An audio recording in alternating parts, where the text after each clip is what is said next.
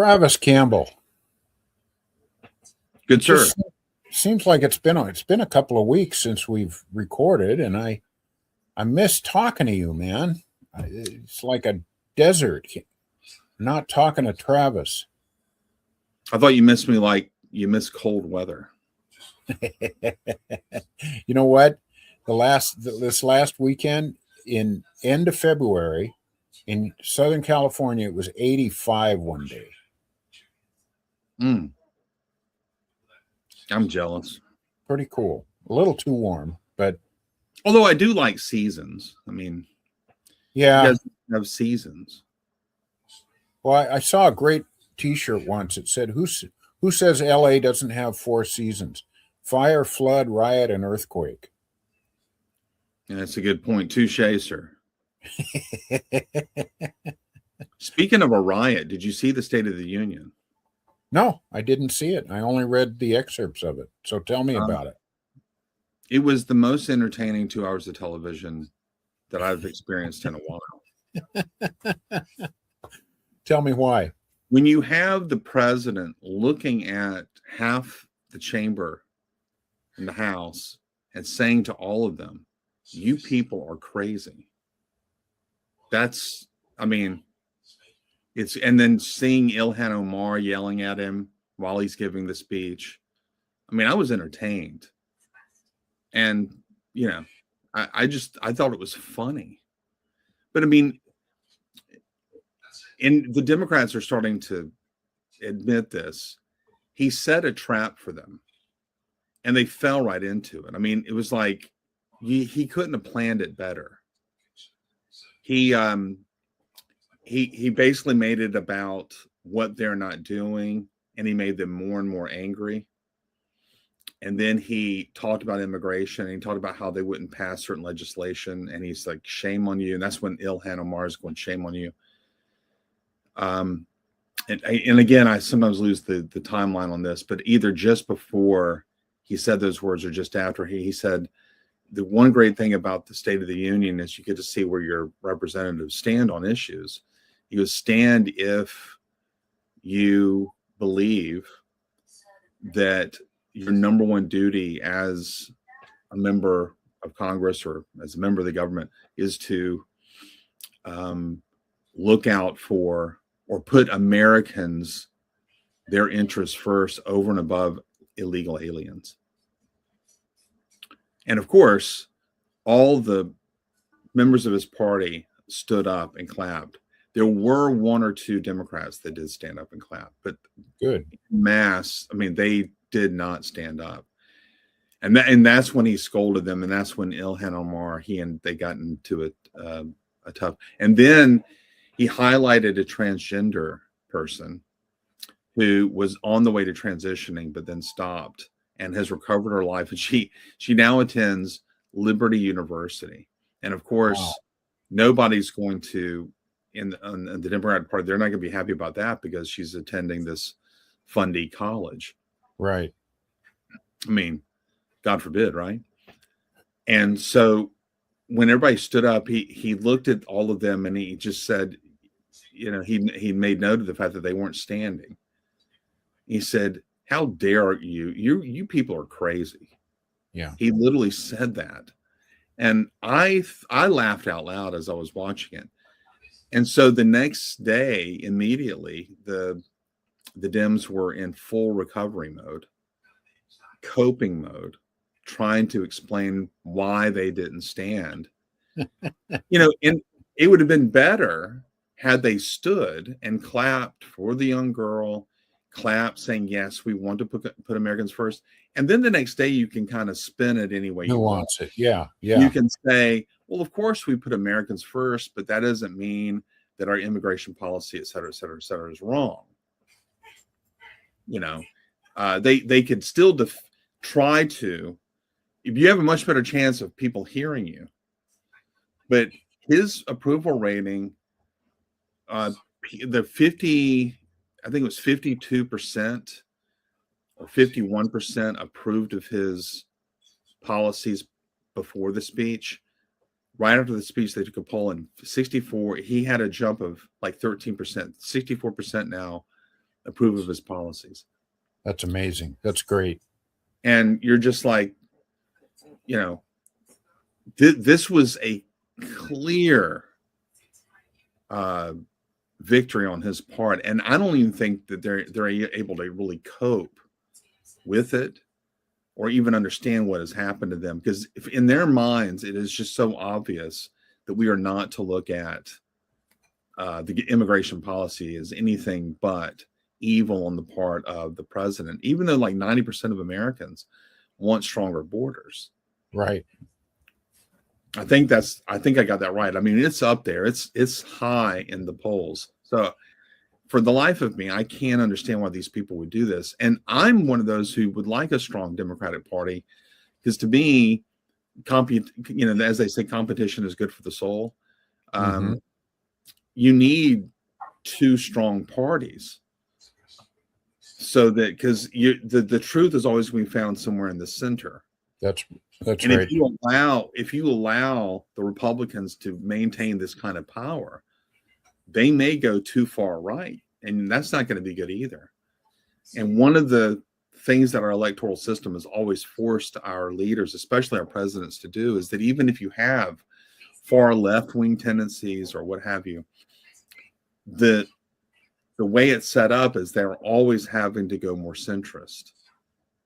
So like even Obama had to go more centrist when he lost his midterms. Yeah, that's Clinton, right. Back in 92, you'll remember when not 92, but 94, you had the contract with America, Newt Gingrich and all of that. And Clinton, I remember he walked out, he was like, I hear you. And we're going to talk, and, we're going to do all the things that we got to do to make this work. So anyway, the other thing that I was entertained by, and I haven't seen all of it, but I saw clips of Hillary's testimony and Bill Clinton's testimony over the Epstein files. I don't know if you saw any of that. No, I just read about it. I just think, man, if I were the president, I would open that up for all to read, every piece of it. It needs to come out. It's going to come out. And if heads roll, then they roll. If they roll on both sides, that's the way it is. It's got to come out. It's never going to die until it comes out fully. Well, there's a as everybody knows, there's a picture of Clinton in the hot tub with what looks to be, well, let's just say that she's younger. The girl is younger than him, which, as each year goes by, that's not hard to accomplish, but she's significantly younger than him. I'm not saying she's a teenager, because I think all the pictures I've seen, her face has been blurred out. But it ain't Hillary, I can tell you that, who's in that hot tub with him. Yeah. And I mean, in his deposition, he's like, I don't know who she is. It's like, all right. Never seen her, never met her. Yeah. So there you go. We got lots of fun things coming out of the news these days. Real interesting stuff, including the whole Iran thing. Yeah, and yeah, we've been dealing with this since the late 1970s. I know, since 79, and there wasn't a protest. It was a movement in the streets in Los Angeles today or yesterday in approval of what the president has done. Oh, yeah. It's my understanding that the Iranians are coming out in droves all over the world and cheering in the streets over what Trump has done. Yeah. I have a friend his brother is married to an Iranian, and she's really, really liberal. And she thinks this is the best thing that could have happened. They see it as liberation, not as oppression. Well, yeah, I mean, the Ayatollah regime has suppressed and destroyed. No telling since the Ayatollah Khomeini came into power back in 79. There's no telling how many millions of people he has killed, and his regime has killed since his death. I mean, Yeah. it has been a nightmare to live there. This goes back to the feat of Jimmy Carter. Jimmy Carter was the one who betrayed the Shah, allowed them to come to power. His whole thought was, well, the Shah of Iran is a dictator. But because Carter couldn't make the distinction between a benevolent dictator and an oppressive one. Mm-hmm. And the Shah was not perfect. I mean, he had human rights violations and all of that, but my goodness, I mean, the human rights violations, Abraham Lincoln had human rights violations. He arrested reporters, threw them in jail, and did not let. So did Woodrow Wilson. And I'm no fan of Woodrow Wilson. I think he's the worst president ever. I can't stand him. But I would never, it's like, who would you rather have, Woodrow Wilson or Stalin? That I wouldn't even have to think for a split second. Right. You could even get the word Stalin out of your mouth before I'm going, oh, Wilson. And the Shah's human rights violations were nothing. I can't even remember what they were specifically, but I remember back in the 80s hearing about what the Shah had done to on some occasions, but they were nothing compared to what the Ayatollah regime had done. Nothing. And so this all goes to the feet of Carter. Right. It does. He was a pretty naive guy. Yeah. Oh yeah. I read a interview yesterday of Pahlavi. I guess it's the Shah's son, who's been in exile here in the United States since he was 18 years old. He's never been back to Iran. And there are some factions within Iran that want him to be the next leader. And he's, from the interview, it sounds like he's been in the United States and the West since 79. He was 18 when all of that happened. And he sounds pretty pro-Western in his attitude. Maybe he would be a good leader. But I heard something really interesting, Travis. The day after the first wave, they said there was so much damage done, not just, of course, the Shah was killed, but... You mean the Ayatollah? The Ayatollah, yeah. There were so many other people killed that were in the line of succession that there is no way to constitutionally rebuild that government. It would be like, how we have the president, the vice president, and then I think there's 10 more. There's the Speaker of the House, and there's 10 more people in line, goes down to like the janitor in the Senate or something, Yeah. It would be like if all 12 of those people were killed, we have no constitutional way of bringing the government back from that point, as far as I know. And that's what has already happened. So, I believe we designate a congressperson every year to go somewhere else. They can't go to the State of the Union. Yeah. Okay. So that in the event that something terrible happens, we have a leader. So, yeah. But yeah, absolutely. That regime is done for. It's over. Now, who's calling the shots and the counter missile attacks? I haven't kept up well enough to know. So yeah. So, but we're living in, very interesting times.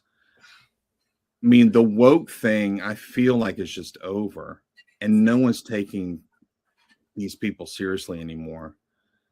And when you have a guy for whom nothing he does is right, from a segment of our body politic who actually thinks the boys can be girls and girls can be boys, that side of the conversation just is defunct. They're out much. Isn't it interesting, Travis? I mean, 2 years ago, this is what everybody was talking about, and now it's not even a blip on the radar anymore. Right. This stuff comes and goes, and it's the recovery of common sense. I mean, that's what a lot of people said when they went to the polls a lot of people went to the polls holding their noses and voting for Trump. But they were like, at least he's got some common sense. At least he wants to put America first. Yeah. At least he wants to have strong borders. And you're looking at what Europe is going through right now with the open borders. I mean, it's appalling. Yeah. So, I mean, we don't put our trust in princes. And that's why you and I usually spend our time. And I think we're about to start spending some time talking about the resurrection. But you know, this is why we don't put our trust in princes, because there's only one who's risen from the dead and can really solve our problems. But I am thankful that we've gotten some relief from the stupidity, and that people can get up and go to work and not worry about every little thing they say is going to get twisted and or quoted adequately and accurately, but it's a sin to say that, you know. Yeah. So it's kind of worse than your words being twisted, you know. You know, I can see 20 years from now Trump going down as a really great president, because people forget what a dope he is when it comes to, you know, just the rhetoric about how great he is, and he wants to be so famous and he wants everything to be memorialized for himself. He needs to shut up about that. But, you know, look at what he's done with Venezuela. Look at what he did in Iran. Look at what he's done, you know, closing the borders. It's been handled badly and clumsily, and even in evil ways. But, you know, he's the first president in my lifetime, our lifetime, to really take it seriously and do something about it. And so I just, you know, I wish he would shut his mouth, but he does. Do what you're doing, but don't accompany it with these crazy comments. Yeah, I agree with that. Yeah, he still picks fights and tries to make himself look great, and he's such an easy target. That's what I don't understand. Why does he? It's like that Far Side cartoon with the reindeer with the big, you know, with the big bullseye on his chest, and it says "Bummer of a birthmark, Hal," you know, Right. and the president puts that on every day when he opens his mouth. It's right. I don't get it, but he does a lot of good things. And where would we be right now if Miss Kamala Harris was president? Would she have done any of this? We would have our boys, our young boys, and some women on the front lines in Ukraine, involved in a terrible war that we really had nothing to do with, and that was not our business. Yeah. I think that Trump has used our military extremely wisely. I mean, he's not overspent us. He's not extended us beyond our means. And I have to give him props for that. So. And there's no boots on the ground. That's what I appreciate. He just goes in, he takes care of business. He's not trying to, he just changes what he changes. He's not overreaching, at least not yet. Right. Agreed. So before the show, Travis, you and I started to have a really interesting conversation about the resurrection. And I said, why don't we talk about this on the show? And I thought, so, you know, I'm familiar with Gary Habermas's minimal facts argument. You know, why don't you tell people what that argument is real quick, and then. Sure. Well, let me do a little background, and we can carry this over to the next week. But one of the things that we're facing as Christians is that you have a lot of scholars who don't believe that the New Testament can be trusted, even as a basically reliable historical document. Mm-hmm. And we also live in the information age. And so even though I personally believe that the gospel is written by eyewitnesses, mm-hmm. that Matthew, Mark, Luke, and John, the traditional authors that we think wrote these texts, really did write these texts. But most scholars just don't believe that, or at least such a significantly high number don't believe that it's really hard to get a word in edgewise if you say something like, well, Matthew was there and he saw Jesus say these things, so he wrote it down. No, a lot of people at least don't take that seriously. And so what Gary Habermas did is he said, and William Lane Craig does some of this. He says, then let's just cut to the chase and not worry about how reliable the New Testament documents are. Why don't we just concentrate on those facts that your typical New Testament scholar who is critical of the New Testament will accept as true? And he uses a pretty high threshold. He says like he needs 90% agreement to include it. It's not like 51%. It's like 85 or 90%. Virtually all scholars have to agree on this fact, whatever it is, for him to include it in his group of 6 or 8, depending on when he does the argument. That's right. That's exactly right. And so what he does is he says, okay, so what are those facts? Which facts are accepted by in that 90% 90 percentile? Now you can parse this out in different ways. I've actually taken the kind of facts that Gary Habermas appeals to, and I've kind of come up with my own list. There's one out of the 10 that I'm about to mention to you that is not accepted by that 90 percentile. So the 10 facts are that Jesus did exist. Mm-hmm. Jesus did have disciples, that Jesus was a good and profound moral teacher, that the historical Jesus, and this is, I word this very carefully because most scholars do not believe that Jesus claimed to be God. In fact, many scholars don't even believe that he claimed to be the Messiah. So what I say is that, and most scholars will say what I'm about to say, they will at least grant that the historical Jesus claimed to be anointed by God for a special task that involved the ushering in of the kingdom of God. Mm-hmm. Okay, so Jesus did see himself as playing an extremely significant role in the ushering in of this kingdom. The next fact would be that the historical Jesus did extraordinary things. He healed people. The Jesus Seminar, which is a group of skeptical scholars, they say that the majority of them concluded that Jesus healed at least one blind person. Now, that doesn't mean that they think it was a miracle, because they're mostly atheists, right? But they do believe that he was, that's kind of a tough trick to heal a blind person. So without a miracle. Yeah.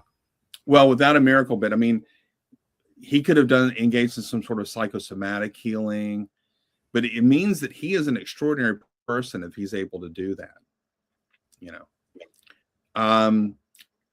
Everybody grants that he was crucified. Right. And then most scholars do grant the proper burial of Jesus.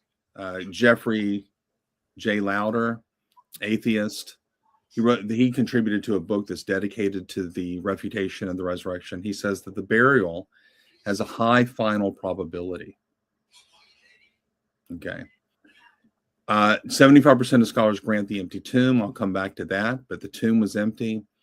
The post-mortem appearances, everybody grants that the disciples had experiences with Jesus as a living reality. And then everybody grants that they sincerely came to believe that Jesus had experienced the resurrection.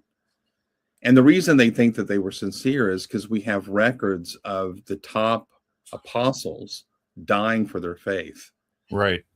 James, the brother of Jesus, Paul, Peter, and then if you agree with the book of Acts, James Bar Zebedee, or James ben Zebedee, the brother of John the Apostle.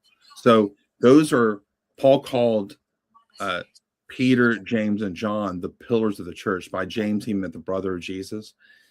John is the only one in that group that did not experience a martyrdom.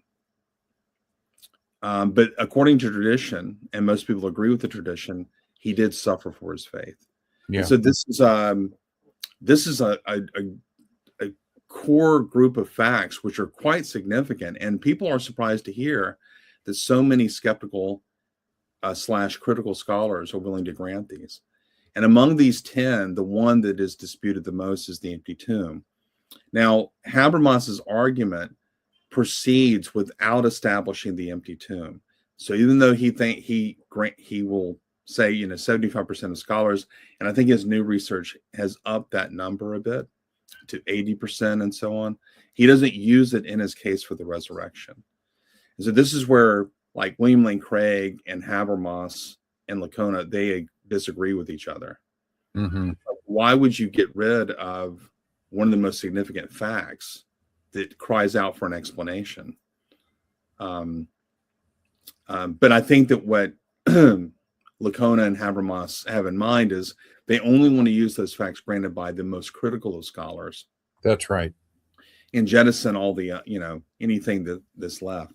And it is interesting that you can make a case for the resurrection even apart from the empty tomb, at least in this sense. You have to be at least agnostic about the empty tomb. So one of the things that I've said to students in the past is I give the evidence for the empty tomb, and I'll say, it is possible for us to put that aside as a fact, but you at least have to grant that it's a plausible, it's a plausibility that the tomb was empty. And so you can be agnostic about it. Now, you can't say that the tomb was filled and remained filled before, during, and after the disciples had these experiences, because then you're basically saying that the resurrection didn't happen. Yeah. So you at least have to be agnostic about the empty tomb. But once you are agnostic, then all of these other facts would play a role in you coming to believe that the tomb was empty.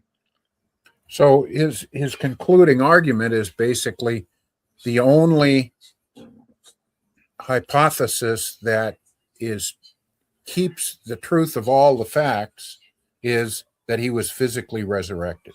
Every other theory fails in some historical way.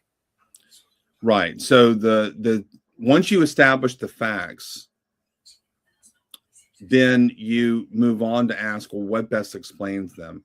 And the way Craig outlines the argument, I think, is most effective. And the way I present it, I've just presented this to my students. Uh-huh. I mean, I've been giving this for the last couple of weeks. And the way I present it to them is we have background knowledge. And what is our background knowledge? First of all, our worldview is Abrahamic theism. Gary Habermas does not agree with me on this, nor does Mike Licona. For that matter, the McPologists, the McGrews, McClatchy, I consider Jonathan a friend, but he doesn't agree with this either. But I think that you have to first establish that God exists before you can entertain the possibility that a man rose from the dead. They don't think that you have to do that. But so part of my background knowledge is Abrahamic theism. Mm-hmm. And those first 7 facts from his existence to the burial. That's the background knowledge you have going into your assessment. And then you have 3 facts that you have to explain: the empty tomb, the post-mortem appearances, and the origin of the disciples' faith. And the inference is twofold. First, there are no plausible naturalistic hypotheses that can adequately explain these facts that need to be explained. And why are they inadequate? Because if you accept any one of them, you end up denying an established fact. Right. So an easy one, for the sake of time, is the idea that the disciples stole the body. We can easily dismiss that because it actually ends up denying the sincerity of the disciples' faith. Because clearly, if they went and stole the body, then they didn't sincerely believe that Jesus had experienced the resurrection. Right? Yeah. And you're not going to die for a lie. And that's one of the reasons why we believe that they were at least sincere. That doesn't mean that it happened, Their sincerity doesn't prove that it happened, but it does prove that they didn't go steal the body. And so each of the purported naturalistic hypotheses are easily dismissed because of these factors that you end up having to deny a fact to account for the facts. And it would have become like a conspiracy theory at that point, and somebody on their deathbed or when they're threatened with being crucified upside down would have said, we were just kidding all along. And none of them did. That's right. Yeah. And then the next, so that's, you dismiss that. And most scholars, by the way, agree with that first stage of the inference. They agree that there are no plausible naturalistic hypotheses. So where do they stand? They're agnostic. They're like, I don't know. But then I'm among those, and I've only made one small contribution to the conversation, but I'm among those who thinks that Craig, especially, but also Habermas and Pinchas Lapid, who was a Jewish scholar, Licona, and N.T. Wright, who we were talking about earlier, that they are right and that you can make a good historical case for the resurrection, that the resurrection, for example, has greater explanatory scope than these other hypotheses. Even if you granted that the disciples stole the body, that wouldn't explain their postmortem experiences. That's right. Nor would their stealing the body explain how they sincerely came to believe in the resurrection, or even if it wasn't sincere because they stole the body, why they would offer that as a plausible explanation. Jews did not believe that man in history was going to rise from the dead like that. That's so right. Where did the idea come from? And that's what N.T. Wright's work is all about. The resurrection is a simple idea that explains all of the facts easily without strain, and actually makes those facts more plausible if you accept the hypothesis. In other words, it has not just explanatory scope, but power. And those are two strong considerations for accepting the resurrection as a fact of history. I think anybody who says after that, I'm agnostic, that's kind of a chicken way out. You know what? Take a stand.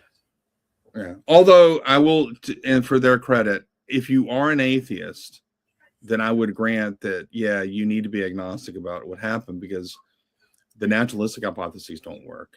Yeah. And you're not going to say resurrection. Any hypothesis is more plausible than the resurrection. So you got to establish God's existence first. And I wish my evidentialist brothers would take note, but that's a different conversation. So, well, let's do it next week, Travis. God bless you, sir. You too, brother. Always good to talk to you. Bye-bye.